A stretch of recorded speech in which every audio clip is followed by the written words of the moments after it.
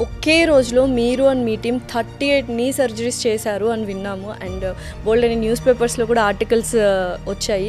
Reason ఏంటి అసలు 38? How is it possible? This was in 2024. 2024 April 20 రోజు ఒకే రోజు 38 నీ replacements, which was never happen before. చాలా మందికి లాస్ట్ పోస్ట్ కోవిడ్ అనుకోండి ఒక 5 years నుంచి నీ డిజీజ్ అంటే నీ డీజనరేషన్, నీ ఆస్టియోఆర్థరైటిస్, మోకాలు అరుగుదల అనేది ఎక్కువ అయిపోయింది.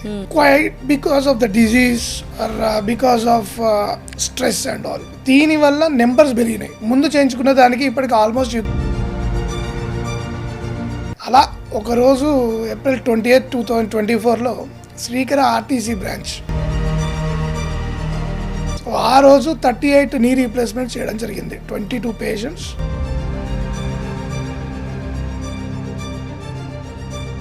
మార్నింగ్ 5 o'clock స్టార్ట్ చేస్తే ఈవినింగ్ అరౌండ్ 5:36 వరకు. Hello everyone, welcome to Suman TV. This is anchor Lasya Reddy. ఈ మధ్య కాలంలో నీ సర్జరీస్, నీ రీప్లేస్మెంట్స్ బోల్డ్ అని జరిగిపోతున్నాయి. అసలు దానికి గల రీజన్స్ ఏంటి? అండ్ కొత్తగా రోబోటిక్ సర్జరీ బెటరా, నాన్ రోబోటిక్ సర్జరీ బెటరా అని బోల్డ్ అని డౌట్స్ క్లయింట్స్ అనేవి రైజ్ చేస్తున్నారు. సో ఇవాళ పాడ్కాస్ట్ డీటెయిల్డ్గా అబౌట్ జాయింట్ రీప్లేస్మెంట్స్, నీ సర్జరీస్ అండ్ అలాగే robotic and non robotic myths and facts గురించి డీటెయిల్గా ఈ పాడ్కాస్ట్లో చెప్పడానికి మనతో పాటు ఉన్నారు డాక్టర్ రాకేష్ కుమరవల్లి గారు, senior consultant robotic joint replacement surgeon. Hi అండి, ఎలా ఉన్నారు? సార్, ఫస్ట్ ఆఫ్ ఆల్ ఒకే రోజులో మీరు అండ్ మీ టీమ్ 38 నీ సర్జరీస్ చేశారు అని విన్నాము. అండ్ బోల్డ్ అని న్యూస్ పేపర్స్లో కూడా ఆర్టికల్స్ వచ్చాయి. రీజన్ ఏంటి అసలు 38? How is it possible? Straight to the point. This was in 2024. 2024 April 20 రోజు ఒకే రోజు 38 నీ replacements, which was never happen before. చాలా మందికి లాస్ట్ పోస్ట్ కోవిడ్ అనుకోండి ఒక 5 years నుంచి నీ డిజీజ్ అంటే నీ డీజనరేషన్, నీ ఆస్టియోఆర్థరైటిస్, మోకాలు అరుగుదల అనేది because of the disease or because of stress and all. దీని వల్ల నెంబర్స్ పెరిగినాయి. ముందు చేయించుకున్న దానికి ఇప్పటికి almost you can say double అయింది అని. అలా ఒకరోజు ఏప్రిల్ 28, 2024లో Srikara RTC branch, not only myself, me and with the help of the team, because it's a huge number. So ఆ రోజు 38 నీ రీప్లేస్మెంట్ చేయడం జరిగింది. 22 పేషెంట్స్, కొందరికి 2 కాళ్ళు, కొందరికి 1 కాలు. సో ఎన్ని అవర్స్ పట్టింది సార్ ఆ రోజు? We started bit early. Morning 5 o'clock start చేస్తే ఈవినింగ్ అరౌండ్ 5:36 వరకు we finished all the cases. ఆ రోజు ఆ స్టెప్ తీసుకోవడానికి గల రీజన్ ఏంటి? It's just to set a record or I don't think personally any doctor will run behind records. Because you might have seen few articles but we never publish anything. అవును. ఎక్కడ కూడా records కోసం ఏ రోజు ఏ doctor వచ్చాడు. అది ఆ రోజు number of patients ఎక్కువైపోయారు. సో ఎక్కువ అయిపోవడం వల్ల అలా జరిగింది. Okay, we added. ఎందుకంటే బికాస్ ప్రీవియస్లీ 30 పేషెంట్స్కి చేయడం జరిగింది ఒకసారి. We thought why not we had that facility. We in RTC crossers we have exclusive 10 theatres running. And staff కూడా అంతే ఈక్వల్గా ఉంటుంది. Of course we have put more staff on that day. అలా చేయడం జరిగింది. It took around 12 hours. We had some breaks. అలా తీసుకొని with the help of all our anaesthetist and hour nursing staff, OT staff and all, we could do that. So ఇప్పుడంటే బోల్డ్ అన్ని robotics నీ surgeries జరుగుతున్నాయి, కానీ ఫస్ట్ శ్రీకర హాస్పిటలే south ఇండియాకి తీసుకొచ్చింది robotic surgery అనేది. సో ఆల్మోస్ట్ 10 years పైన అయిపోయింది. You have seen the patient who has 10 years old. So difference ఏమైనా చూస్తున్నారా? లాస్ట్ 2-3 yearsలో హైదరాబాద్లో more than 10 to 15 hospitals have got robotics. Now everyone is doing good robotics. Because Hyderabad is blessed to have good orthopedic surgeons across the corner of the Hyderabad. మంచి orthopaedic surgeons, ఇదివరకే నీ రీప్లేస్మెంట్స్లో చాలా successful surgeons ఉన్నా కూడా 2 years నుండి all hospitals, bigger hospitals are equipped with robotics. But we are being the pioneers in robotics. 2017లో మొట్టమొదటిసారి ఇంకా అందరూ ఎందుకు నార్మల్ నీ రీప్లేస్మెంట్ చేసుకుందాము, బాగుంటుంది, నావిగేషనే డిఫికల్టీ అని అందరు డాక్టర్స్ అనుకుంటున్న టైంలో 2017లో సౌత్ ఇండియాలో knee replacement with the help of robotics introduce చేసింది శ్రీకర hospital.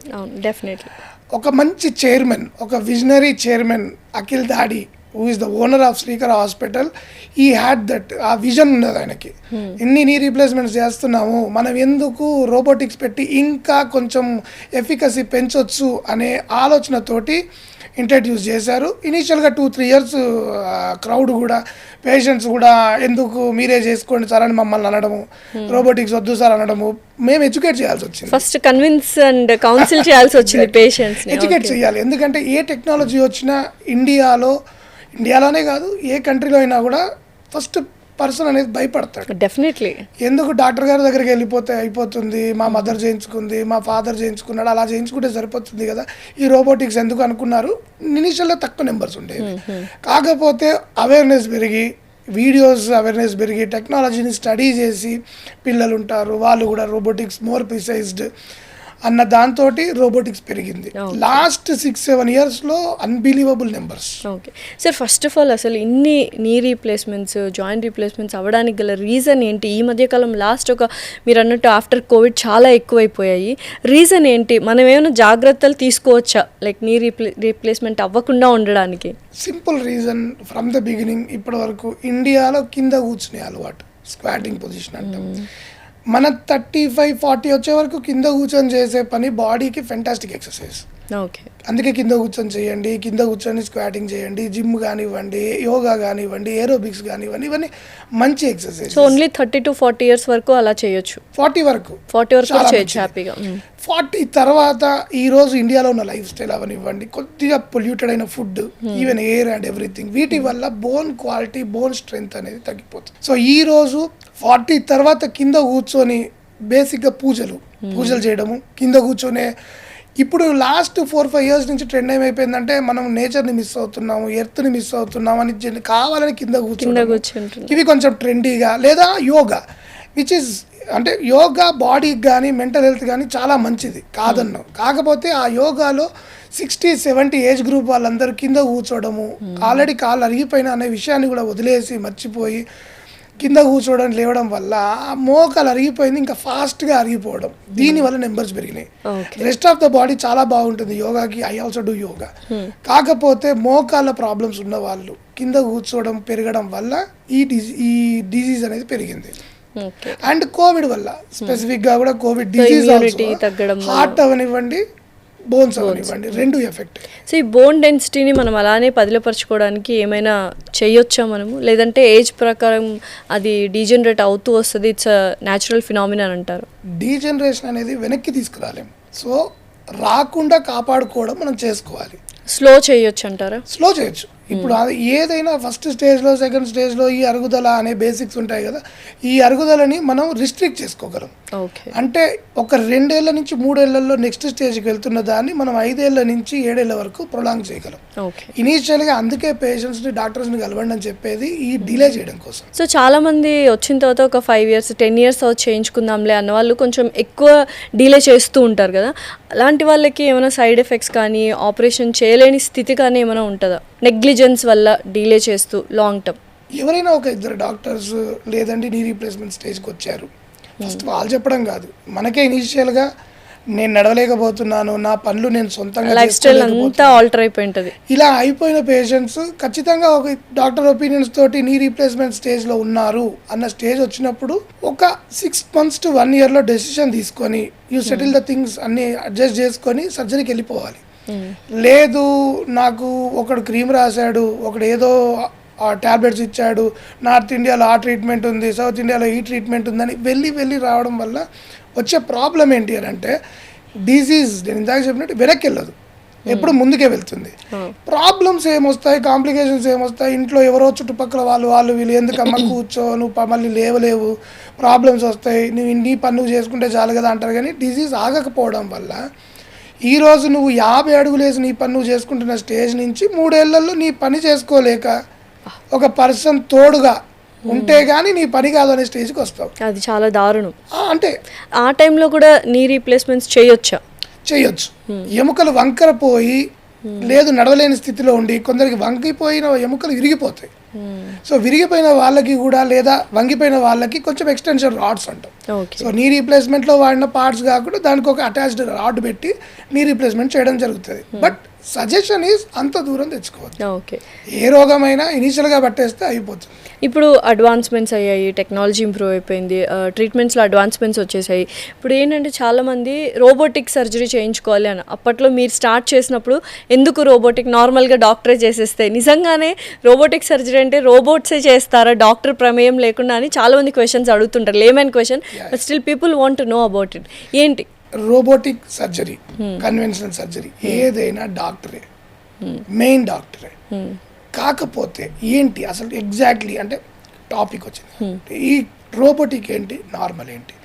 Normal knee replacement start అయినప్పటి నుంచి చేస్తున్న సర్జరీ డాక్టర్ గారే ఎముకని కట్ చేయడం, ఎముక సైజ్ తీసుకోవడం, ఏ ఇంప్లాంట్ అయితే దీనికి సెట్ అవుతుంది, ఎంత యాంగిల్లో సెట్ అవుతుంది, కట్ చేసిన ఎముక స్ట్రైట్గా ఉందా లేదా, ఈ రెండు కలిపి మనం పెడితే మనిషి స్ట్రైట్గా నడవగలుగుతాడా లేదా అని చిన్న చిన్న రాడ్లతోటి మెజర్ చేసుకొని చేసేది ఉంటుంది, which is a brilliant surgery. అయితే ఎంతైనా కూడా ఒక మనిషి లేదా డాక్టరు లేదా తనకున్న కన్ను, ఇవి కేవలం ఒక 95 నుంచి 96% వరకు మాత్రమే మన పర్ఫెక్షన్ చూపించాలి. సో ఇక టెక్నాలజీ పెరుగుతున్న కొద్దీ జనాల్లో వచ్చిన ఎంతూజియాజం తోటి ఎందుకు ఆ 96-97% దగ్గర ఆగిపోవాలి, అన్ని ఫీల్డ్స్లో రోబోటిక్స్ రావడం, అన్ని ఫీల్డ్స్లో 99.99 లేదా 100% అచీవ్ చేయాలి అని అంటే ఖచ్చితంగా మనిషికి టెక్నాలజీ అవసరం. ఆ క్వశ్చన్లోనే, ఆ ఎంతూజియాజంలోనే పుట్టింది రోబోటిక్స్. ప్రతి సర్జికల్ ఫీల్డ్లో కూడా రోబోటిక్స్ ఉంది, అలాగే నీ రీప్లేస్మెంట్లో కూడా రోబోటిక్ ఉంది. నీ రీప్లేస్మెంట్లో రోబోటిక్ ఏదైతే బోన్ డిఫార్మిటీ వచ్చిందో దానికి మనము ఒక సిస్టమ్కి, ఒక రోబోకి, ఒక కంప్యూటర్కి, ఆల్ దీస్ మెషినరీస్ వాటికి ఒక టిపికల్ సైజ్ ఇవ్వడం, డీజనరేట్ అరిగిపోయిన పార్ట్ అంతా దానికి ఇవ్వడం, అది ఆ ఇమేజెస్ కానీ, ఆ చేసిన మెజర్మెంట్స్ కానీ, ఆ ట్రాకింగ్స్ కానీ అన్నీ పెట్టుకొని ఓకే ఇది ఇంత బ్యాడ్ అయింది, ఇది ఇంత వైపు తీసేయాలి, ఇది ఈ సైజ్ పెట్టుకోవాలి, ఇలా కొద్దిగా లెఫ్ట్ సైడ్ ఒక 2 mm జరిపితే లేదా కిందికి ఇంకొక 1 mm తీస్తే అనే precised accuracy. Always accuracy and precision is the primary most in robotics. నొప్పి తగ్గుతుంది, నొప్పి తక్కువ ఉంటుంది ఇవన్నీ కాదు, ప్రెసిషన్ అండ్ అక్యురసీ. 100కి 100% అక్యురేట్గా చేయగలిగే technology robotics, which is fantastic. ఖచ్చితంగా ఈరోజు నీ రీప్లేస్మెంట్ చేయించుకున్న ప్రతి పేషెంట్ రోబోటిక్ చేయించుకోవడంలో తప్పే లేదు. అయితే చేయించుకున్న తర్వాత ఏమి డిఫరెన్స్ ఉంటుంది? యాక్యురసీ ఒక్కటే difference sir robotic and non robotic సర్జరీకి? ఇంకేమైనా డిఫరెన్సెస్ ఉన్నాయా? అంటే రికవరీ కానీ, తర్వాత ఇన్వేజివ్ థింగ్స్ కానీ, బ్లడ్ లాస్ కానీ, ఇలా డిఫరెంట్ వేరియేషన్స్ ఉంటాయి కదా, అలా ఏమైనా డిఫరెన్స్ ఉన్నాయా? అక్యురసీ ఒకటే కాదు, మెయిన్ ఈజ్ అక్యురసీ. అంటే డాక్టర్గా నాకు 100% రావాలనేది ఫస్ట్ పాయింట్ కాబట్టి రోబోటిక్లో అక్యురసీ అని చెప్తాం. అన్నిటికంటే మెయిన్ థింగ్ వన్ మోర్ అంటే important from the patient side ఏంటి అంటే నొప్పి. ఏదైతే మనము నార్మల్ కన్వెన్షన్లో సాతో చేస్తాం, అంటే రంపంతో కట్ చేయడం కైండ్ ఆఫ్, దాంతో కట్ చేయడం జరుగుతుంది. ఇది అసలు అలా కాదు. సో ఎప్పుడైతే ఆ రంపంతో కట్ చేస్తామో ఇమీడియట్గా పీస్ కట్ అవుతుంది కాబట్టి బ్లడ్ రావడము లేదా అవన్నీ పెయిన్ అనేది తర్వాత పోస్ట్ సర్జరీలో అవి ఉండిపోతాయి. ఇందులో ఏంటంటే చిన్న చిన్న బర్స్ కానీ అలాంటివి ఉంటాయి. 0.1 mm కట్ చేస్తూ పోతుంటుంది. మోర్ స్మాలర్ కటింగ్స్ ఉండడం వల్ల దానికి బోన్ పెయిన్ తర్వాత పెయిన్ తక్కువ ఉంటుంది, విచ్ ఇస్ అంటే ఇప్పుడు ఈరోజు కావాల్సింది అది ప్రతి పేషెంట్కి. రెండవది, ఎప్పుడైతే కన్వెన్షనల్ చేస్తామో అంటే రొటీన్ నీ రీప్లేస్మెంట్ చేస్తామో అప్పుడు వెనుక ఫీమర్కి అంటే ఈ పెద్ద బోన్కి ఒక రాడ్ వేసి, ఒక హోల్ చేసి రాడ్ వేయడం వల్ల లోపల ఉన్న రక్తనాళాలన్నీ దెబ్బతింటాయి. సో ప్రతి సర్జరీలో ఒక 300 to 400 ml అనేది బ్లడ్ లాస్ ఉంటుంది. ఈ బ్లడ్ లాస్ ఈ రోబోటిక్లో మనం ఆ హోల్ చేయకుండా పైన చేస్తాం అనమాట. దానివల్ల బ్లడ్ లాస్ తక్కువ ఉంటుంది. సో రిలేషన్ బ్లడ్ లాస్ తక్కువ ఉండడం వల్ల పేషెంట్ తొందరగా రికవర్ అవుతాడు, పెయిన్ తక్కువ ఉండడం వల్ల తొందరగా ఫిజియోథెరపీ చేసుకోగలుగుతాడు. కన్వెన్షనల్కి రోబోటిక్కి ప్రైమరీ డిఫరెన్స్ ఇమీడియట్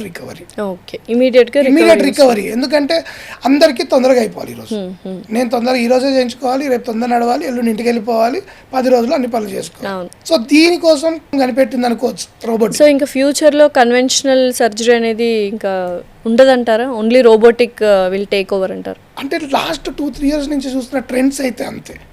ఒకప్పుడు 10% to 15% of the crowd robotic చేయించుకునే వాళ్ళు ఈ రోజు 70 to 75% చేయించుకుంటున్నారు. విచ్ ఈస్ ద బెస్ట్ అంటే మీరేం చెప్తారు? 100% success rate, precision, painless, faster recovery and long term smoothness. అంటే ఇందాక మీరు ఇందాక ఒక క్వశ్చన్ అడిగారు, 10 ఏళ్ళు అయింది మీరు రోబోటిక్స్ స్టార్ట్ చేసి, మిగతా హాస్పిటల్స్ 2-3 years నుంచి ఉన్నాయి కదా, మీరు ఎలా చేస్తారు దీన్ని అని.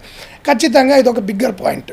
2-3 ఏళ్ల నుంచి మిగతా సర్జన్స్ అందరూ రోబోటిక్స్ వాడుతున్నారు, 10 ఏళ్ల నుంచి మేము వాడడం వల్ల ఆ పేషెంట్ 10 ఏళ్ల ముందు మేము చేసిన రోబోటిక్ చేసిన పేషెంట్, ఈ రోజు పేషెంట్ వాళ్ళని చూస్తే స్మూత్నెస్ 100% ఆ ఇంప్లాంట్ కూర్చోబెట్టడం వల్ల ఫ్రిక్షన్ తక్కువ ఉంటుంది. లాంగ్ టర్మ్ లో అంటే 10-15 ఏళ్ల తర్వాత కన్వెన్షనల్లో ఉండే స్మూత్నెస్ కంటే రోబోటిక్లో ఎక్కువ ఉంటుంది. సో మనకు కావాల్సింది ఎప్పుడైతే స్మూత్ ఉంటుందో జాయింట్ ఇంకా ఎక్కువ పెరుగుతుంది. ఈ పాయింట్ లాంజివిటీ అంటాం. అంటే ఒక ఇంప్లాంట్ 20 ఏళ్ళు వస్తుంది అని అంటే రోబోటిక్ ద్వారా అది 25 ఏళ్ళు వస్తుంది. ఉన్నంత కాలం స్మూత్గా కాలు ఉండడం అనేది ఒక అదృష్టం. సార్, మీరు శ్రీకర హాస్పిటల్ వాళ్ళందరూ 18,000+ సర్జరీస్ అయిపోయాయి, ఎస్పెషల్లీ నీ రీప్లేస్మెంట్స్లో. దాన్ని చేస్తున్నప్పుడు ఈ కాంప్లికేషన్స్ కానీ ప్రాసెస్ కానీ చాలా ఈజీ అయిపోయింటుంది, how to deliver it, how to process it అని. ఎలా ఉంది సార్ ఇప్పుడు ఈ ప్రజెంట్ చూసుకున్నట్లయితే ఈ నీ రీప్లేస్మెంట్స్ కానీ నీ సర్జరీస్ కానీ ఎంత ఈజీ అయిపోయింది మీకు అసలు? ఇక ఒకప్పుడు నెలకి 100 నీ రీప్లేస్మెంట్స్ చేసేది ఈరోజు నెలకి ఒక 300 నుంచి 400 నీ రీప్లేస్మెంట్స్కి వచ్చింది.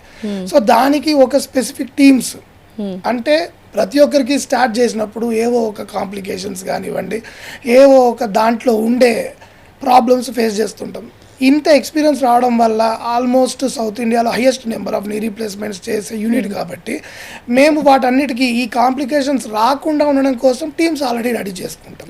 ఫాస్ట్ ట్రాక్ అనస్థీషియా అనొచ్చు, ఒక బ్రిలియంట్ కార్డియాలజీ ఎఫికసీ టీమ్ అనొచ్చు. ప్రతి హాస్పిటల్లో క్యాత్ ల్యాబ్స్ ఉంటాయి.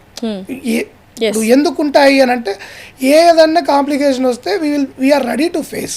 సో దానివల్ల వీఆర్ సో సక్సెస్ఫుల్ అండ్ అందరు మమ్మల్ని చూస్ చేసుకోవడానికి మెయిన్ రీజన్. సో ఏమైనా కాంప్లికేషన్స్ చూసారా సార్ ఈ డ్యూరింగ్ దిస్ ఇయర్స్లో ఈ నీ రీప్లేస్మెంట్స్ చేస్తున్నప్పుడు కాంప్లికేషన్స్ ఏమన్నా వచ్చాయా? Every surgery has its own complications. ఏదో ఒక రీజన్, ఏదో ఒకటి, అంటే పేషెంట్ సైడ్ నుంచి అవ్వచ్చు, లేకపోతే ఆ స్ట్రెస్, పేషెంట్ తీసుకునే స్ట్రెస్. చాలా వరకు 95% ఏ సర్జన్ వల్ల ప్రాబ్లమ్స్ రావు, పేషెంట్ అనుకోకుండా ఫీల్ అయ్యే స్ట్రెస్ వల్ల. ఎందుకంటే ఒక నీ రీప్లేస్మెంట్ లాంటి సర్జరీ అంటే కంప్లీట్ ఎలెక్టివ్. అంటే ఈరోజు ఇది మనం చేయించుకున్నా ఏం కాదు, చేయించుకోకుండా ఏం కాదు. అలాంటి సర్జరీ అవడం వల్ల ఏ డాక్టర్ కూడా పుష్ చేయడు, ఇమీడియట్గా చేయించుకోవాలనో లేకపోతే ఈ టెస్టో ఆ టెస్టో చేయకుండా చేయరు. అందరూ సిటీలో ఉన్న నా ఫ్రెండ్స్ అవ్వచ్చు, అక్రాస్ ద కంట్రీ అవ్వచ్చు, ఎవరైనా కూడా దానికి కావాల్సిన ప్రీ హెల్త్ చెకప్, హార్ట్ అయితేనేమి, kidneys, lungs, blood complete checkup అయ్యి ఫిట్ ఉన్నారు అని అంటేనే తీసుకుంటాం. ఇన్ని తీసుకున్నాక కూడా కొన్నిసార్లు అంటే నెంబర్స్ వైజ్ పోవాలి అంటే ఒక 3,000 to 4,000 సర్జరీస్ నెంబర్ తీసుకుంటే 1 or 2 కాంప్లికేషన్స్ ఉంటాయి.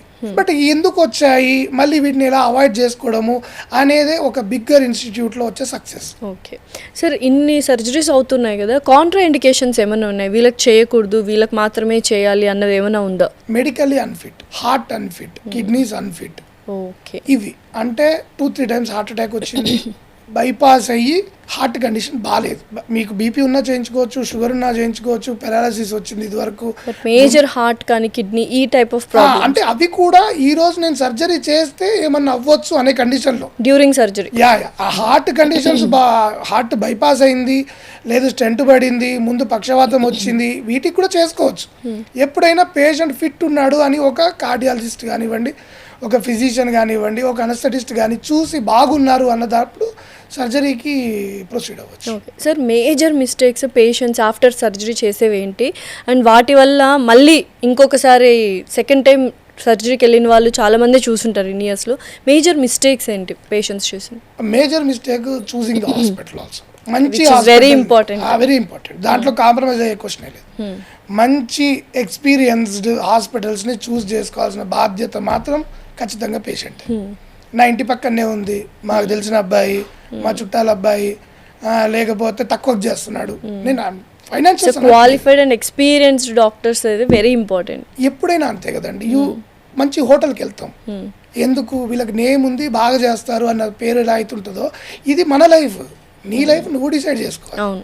అంతేగాని చుట్టుపక్కల దగ్గరలో ఉంది, నేను ఏమైనా ప్రాబ్లం వస్తే వెళ్ళిపోవచ్చు అని పోయేది కాదు. ఇది కష్టమైన, దూరమైన, అక్రాస్ ద స్టేట్ చెప్తున్నాను నేను, ఎందుకంటే వేరే వేరే స్టేట్స్ నుంచి వచ్చి మా దగ్గర ఎందుకు చేయించుకుంటున్నారు ఈరోజు? ఇక్కడ బాగుంటుంది, ఎక్స్పీరియన్స్డ్, చాలా నెంబర్స్ చేశారు, సో ఏదైనా వస్తే మనకి గైడెన్స్ ఉంటుంది అని మా దగ్గర దాకా వస్తారు. సో బయట అన్ని డిస్ట్రిక్ట్స్ వాళ్ళకి చెప్పేది అదే, పక్కనే ఉంది చేయించేసుకుంటే అయిపోతుంది అనే సర్జరీ కాదు ఇది. చెయ్యి విరిగితే కాలు విరిగితే రాడలేయడం కాదు, కంప్లీట్ లైఫ్ స్టైల్ మారిపోతుంది. 20 ఏళ్ళ ముందు నువ్వు ఎలా ఉన్నావో, ఎంత హ్యాపీగా ఉన్నావో ఈ రోజు అలా అవుతావు. ఇలాంటి సర్జరీలు ఏ విషయంలో కూడా మనీ అనుకోండి, హాస్పిటల్ అనుకోండి, డాక్టర్ అనుకోండి, కాంప్రమైజ్ అవ్వద్దు. ఖచ్చితంగా టార్గెట్ పెట్టుకొని నేను డాక్టర్ గారి దగ్గరికి వెళ్ళి చేయించుకుంటాను. సో మంచి డాక్టర్ని చూస్ చేసుకోవాలి. ఇంకా ఏమున్నాయి sir patients mistakes? Patient mistake అంటే పోస్ట్ సర్జరీ ఒక ర్యాప్ ఎస్టాబ్లిష్ చేయాలి. ఫాలో అప్ అని ఈ రోజు till date number of surgeries, don't go with the numbers, number of surgeries, ఎన్ని సర్జరీస్ చేసినా ప్రతి patient has my personal number, super, which is quite rare. ఎందుకు ఇస్తాం, ఏముంది, ఆ పేషెంట్ మళ్ళీ ఫోన్ చేస్తాం, ఇలాంటివి కాదు. అర్ధరాత్రి ఏ రోజైనా పేషెంట్కి డౌట్ వస్తే నేనే ఆన్సరబుల్. నా ల్యాండ్లైన్కి ఫోన్ చేసి డాక్టర్ గారి అపాయింట్మెంట్ రేపండి, ఎల్లుండండి, ఇవన్నీ జరగవు. ఇంతలో పేషెంట్ మర్చిపోతాడు, వదిలేస్తాడు, లైఫ్ లాంగ్ ఇబ్బంది పడతాడు. డెఫినెట్లీ ఈ రిలేషన్ ఎస్టాబ్లిష్ చేసుకోవడం కోసమే I have very big team. So ఇప్పుడు చాలా మంది హాస్పిటల్స్ డైరెక్ట్ డాక్టర్ నెంబర్ అయితే ఎవరు ఇవ్వరు. కాకపోతే knee replacement is a different surgery. దాన్ని you have to keep him as your personal family member. So ఎవరైతే నీ సర్జరీ చేశారో ఆ డాక్టర్ నెంబర్ కంపల్సరీ తీసుకోవాలి. అలా అని చెప్పాను అంటే ఫర్ ఏ గుడ్ రీజన్ ఉండాలి అని కాదు. నేను అలా ఎస్టాబ్లిష్ చేసుకున్నాను. ఎందుకు అని అంటే నాకు తెలిసినాయి ప్రాబ్లమ్స్. అర్ధరాత్రి 3 o'clock 4 o'clock కాల్స్ తీసుకున్నప్పుడు ఓకే పేషెంట్కి ఇలా ప్రాబ్లమ్స్ వస్తాయి, మనం అవైలబుల్గా ఉండాలి అని చేసింది ఇది. అలా చేసుకొని ఉన్న పేషెంట్స్ ఇప్పుడు సక్సెస్ఫుల్గానే ఉన్నారు. మెయిన్ ప్రాబ్లమ్స్ ఏంటి అని అంటే సర్జరీ చేయించుకుంటారు, చాలా పెద్ద హాస్పిటల్లో ఒక కాలుకి 5-6 లక్షలు చేయించుకొని బ్రహ్మాండంగా వెళ్ళిపోతారు. మళ్ళీ డాక్టర్ పేషెంట్ని చూడ్డు, పేషెంట్ డాక్టర్కి వెళ్ళాడు. ఏమైపోతుంది, ఇది ఆ రోజు అయిపోయే సర్జరీ కాదు. దాని తర్వాత ఒక 1 month of fantastic rehabilitation. Srikar is blessed to have అంటే మంచి ఫిజియోథెరపీ టీం ఉంది మొదటి నుంచి మాకు అన్ని బ్రాంచెస్ లో. అండ్ చాలా మంది ఇక్కడ ఫిజియోథెరపీ చేయించుకోకుండా ఆగిపోతుంటారు, వాళ్ళకు కూడా లైక్ డిఫరెంట్ ప్రాబ్లమ్స్ వస్తాయని విన్నాను. మోస్ట్ కామన్ మిస్టేక్ పేషెంట్స్ చేసేది they don't go for physiotherapy అంటున్నారు. భయం. వాళ్ళు ఫిజియోథెరపిస్ట్ వచ్చి ఇప్పుడు నాకు ఎక్సర్సైజ్ చేపిస్తే నాకు నొప్పి వచ్చింది అనే దాంతో ఎప్పుడైతే ఆగిపోతావో, ఎందుకంటే ఇనీషియల్ 1-2 months అనేది క్రూషియల్. ఈ రోజు నీకు ఎంతవరకు కాలు ఎక్సర్సైజ్ అయిందో లైఫ్ లాంగ్ అంత ఉంటుంది కాలు. సో కొంచెం నొప్పి ఉన్నా కూడా ఖచ్చితంగా ఒక 1 రోజులు ఫిజియోథెరపీ చేయించుకొని మళ్ళీ డాక్టర్ని విజిట్ చేసి సార్ ఇది ఇలా ఉంది, ఇంకేమన్నా ఇంప్రూవ్మెంట్ చేయాలా, బాగుందా, ఇది వన్ ఆఫ్ ద. చాలా మంది ఈ కలవకపోవడమో ఫిజియోథెరపీ చేయకపోవడమో ఒకటి. మూడవది అన్నిటికంటే మెయిన్ ఇంపార్టెంట్ థింగ్ ఏంటంటే సర్జరీ కోసం డాక్టర్ గారు మీ బీపీ, షుగర్, హార్ట్ అన్ని కంట్రోల్లో పెట్టి పర్ఫెక్ట్గా చేస్తారు. ఇంటికి వెళ్ళిపోయిన తర్వాత మనం నడవలేము కదా, నడవకపోవడం వల్ల పెద్ద ఇంటరాక్ట్ అవ్వకపోవడం వల్ల షుగర్, బీపీ అనేది అన్కంట్రోల్డ్కి వెళ్తుంది కొందరికి. నువ్వు ముందు ఆపరేషన్ చేయించుకోక ముందు రోజు టాబ్లెట్ వేసుకోవడం, 3 months ఒకసారి చెక్ చేసుకోవడం ఇలా అయితే చేసావో పోస్ట్ సర్జరీ కూడా చేయాలి. సడన్ గా బీపీ, షుగర్లు నువ్వు పెంచేసుకుంటే సరిపోదు. సో మన బేసిక్ లైఫ్ స్టైల్ ఎలా, సర్జరీ అనగానే బెడ్ రెస్ట్ అనుకుంటారు, ఆ ఫిజికల్ వాక్ కూడా చేయరు చాలా మంది. అవసరం లేదు. నీ రీప్లేస్మెంట్ లో నెక్స్ట్ డే నుంచి నడిపించవచ్చు, అందరు డాక్టర్స్ నడిపిస్తారు, నడవచ్చు, మన పనులు మనం చేసుకోవచ్చు. మన డిసీజెస్ బీపీ, షుగర్, థైరాయిడ్ వీటన్నిటిని కంట్రోల్లో పెట్టుకోవాలి. ఈ 3 ఫాలో అయిన పేషెంట్ ఏ రోజు ఫెయిల్ అవ్వలేదు. ఓకే, సో ఎంతైనా మన బాడీలో ఒక ఫారిన్ బాడీ వచ్చి ఉంది అంటే క్రాస్ ఇన్ఫెక్షన్స్కి, సెకండరీ ఇన్ఫెక్షన్స్కి చాలా ఛాన్సెస్ ఉంటాయి. అయితే దాన్ని మీరు ఎలా ఎరాడికేట్ చేస్తున్నారు డ్యూరింగ్ ప్రొసీజర్స్? ఈ స్టెరిలైజేషన్ ఎంత స్టెరైల్ ఎన్విరాన్మెంట్లో చేసినా కూడా ఇష్యూస్ వచ్చే ఛాన్సెస్ ఉంటాయి. కాబట్టి దానికి తగినటువంటి యాంటీబయాటిక్స్, ఏ యాంటీబయాటిక్స్ వల్ల ఈరోజు కామన్గా వచ్చే ఇన్ఫెక్షన్స్ కావచ్చు, నీలో వచ్చే ప్రాబ్లమ్స్ కావచ్చు, బాడీలో వచ్చే ప్రాబ్లమ్స్ కావచ్చు, ఇవి ఏవైతే ఎరాడికేట్ చేయగలుగుతాయో అలాంటి యాంటీబయాటిక్స్ని బిఫోర్ ది సర్జరీ స్టార్ట్ చేస్తాం. సర్జరీ తర్వాత కూడా ఒక 15 రోజులు ఉంచడం, ఇలాంటివన్నీ జరుగుతాయి. ఓకే, సో మీరు చాలా నీరు సర్జరీస్ చేశారు కాబట్టి యంగెస్ట్ పేషెంట్ ఎవరు అండ్ ఎల్డెస్ట్ పేషెంట్ ఏజ్ నుంచి ఏజ్ వరకు చేయొచ్చు మనం ఈ నీ రీప్లేస్మెంట్స్? కీళ్ళవాతంతో సఫర్ అంటే నీ రీప్లేస్మెంట్స్ స్టేజ్కి రావడానికి వన్ ఆఫ్ ద రీజన్ కీళ్ళవాతం, రుమటాయిడ్ ఆర్థరైటిస్ అంటాం. రుమటాయిడ్ ఆర్థరైటిస్ వల్ల అంటే పుట్టుకతో రుమటాయిడ్ ఆర్థరైటిస్ జూనియల్ ఆరే అంటాం.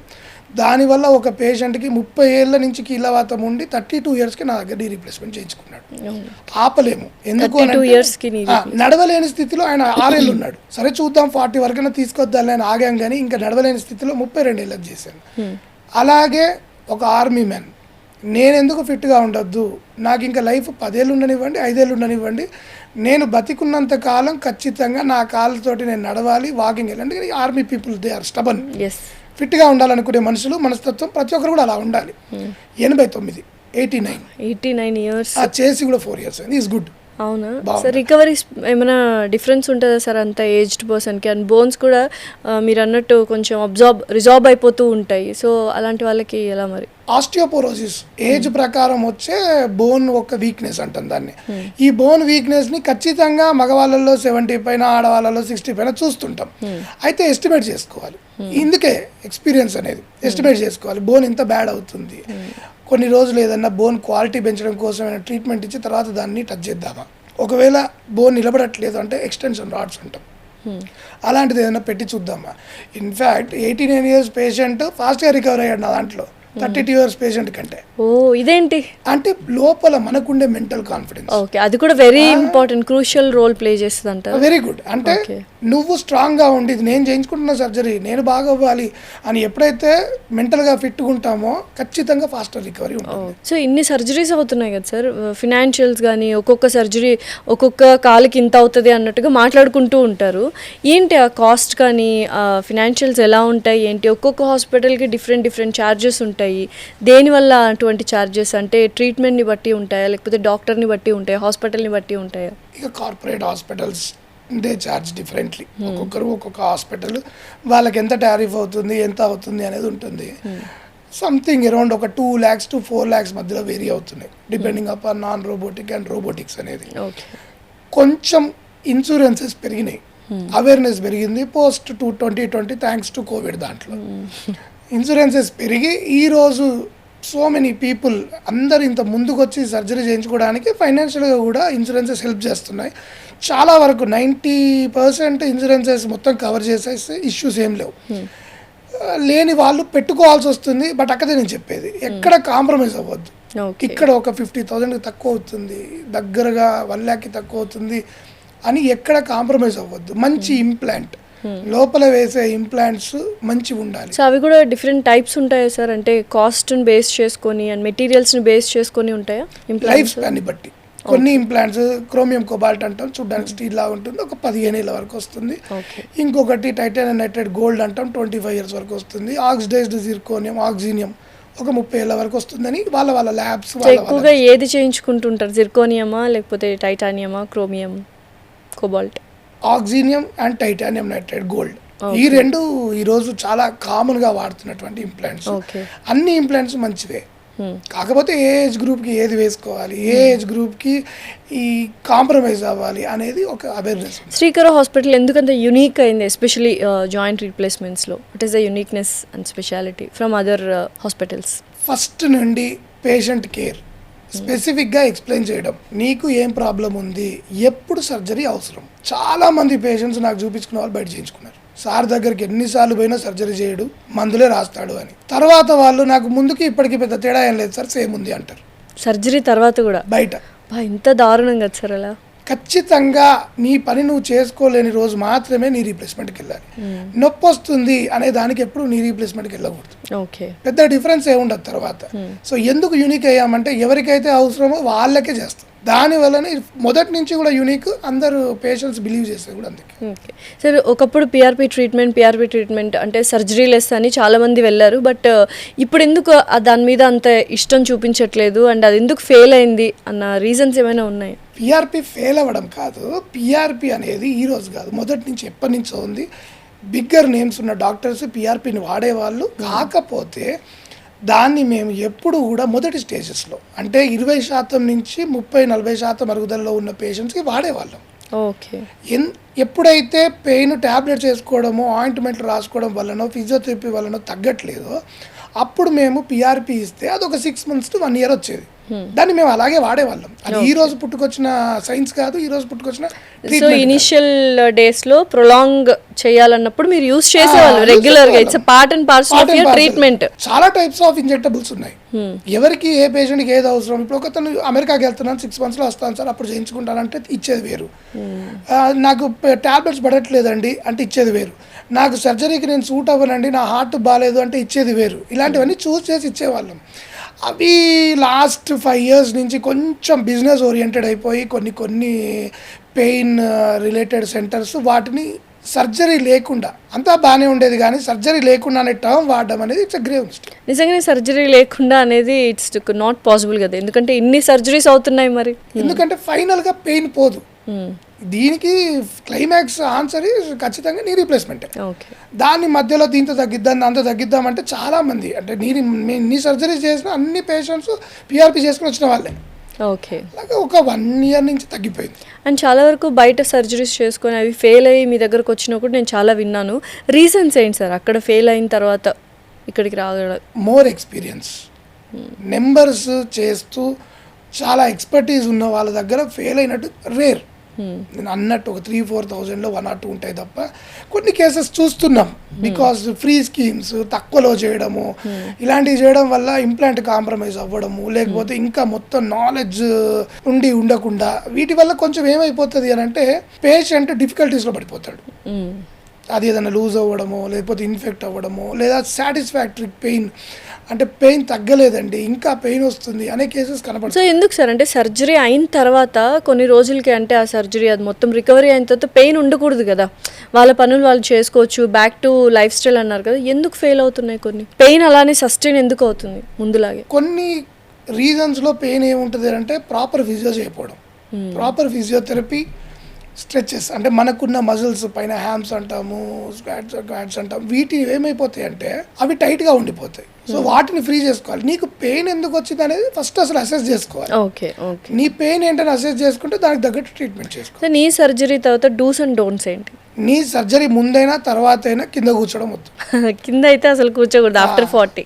ముందేమో నీ అరిగిపోతుంది, ఏది దేవుడిచ్చిన నీ, తర్వాత డాక్టర్ ఇచ్చిన నీ కూడా అరిగిపోతుంది. కింద కూర్చొని లేసావంటే వెయిట్ ఎక్కువ పడి ఆ ఫ్రిక్షనల్ ఫోర్స్ వల్ల అది అరిగిపోతుంది. సో దాన్ని కాపాడుకోవాలి. ఓకే, రెండవది పోస్ట్ సర్జరీ.